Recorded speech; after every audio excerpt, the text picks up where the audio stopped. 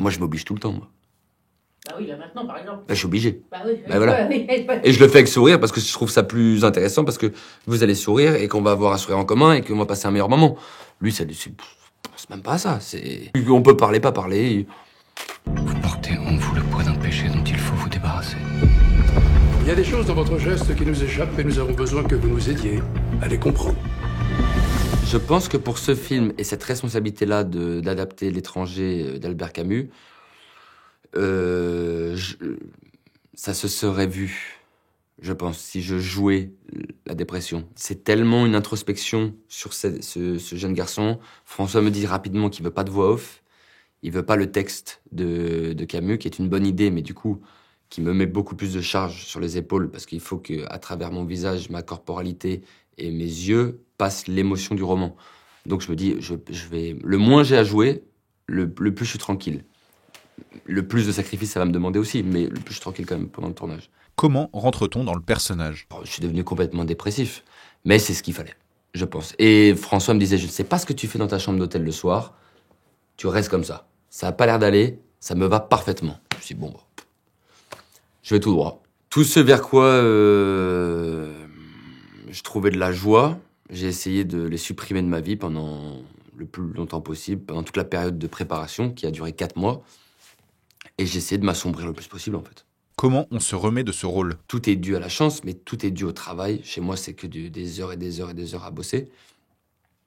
Il y a toujours chez les acteurs 1 ou 2 petits talents. Moi, un talent que j'ai, c'est je quitte les rôles dans la seconde. On me dit fin de tournage, je fais allez, c'est bon, merci. Passez une belle journée, ciao, ciao tout le monde. Le rôle, il dégage immédiatement. J'étais le soir même après ça. Vous allez voir, c'est une ambiance particulière. On est sur un jeune homme qui ne souhaite pas jouer le jeu social, qui ne souhaite pas répondre parce qu'on lui pose une question. Il n'y a pas d'obligation. En fait, c'est un jeune homme qui ne s'oblige pas. Et moi, je m'oblige tout le temps, moi. Bah oui, là maintenant, par exemple. Là, je suis obligé. Bah oui. Bah voilà. Pourquoi Meursault ne joue pas le jeu social ? J'aimais bien une phrase de François qui disait « Il y a autant d'étrangers qu'il y a de lecteurs ».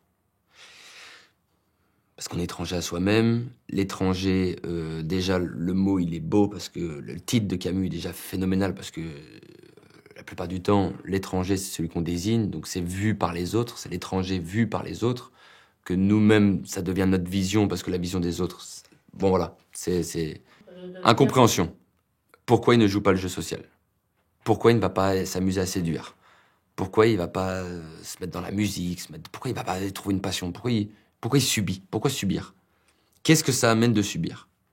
En fait, Meursault, c'est l'anti-acteur. C'est l'anti-acteur, c'est l'anti-héros, c'est l'anti. Bah, c'est bien.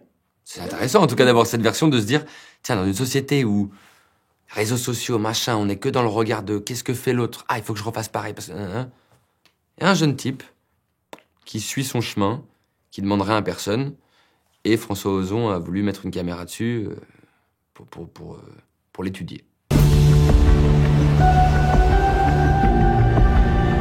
Pourquoi étiez-vous armé d'un revolver ?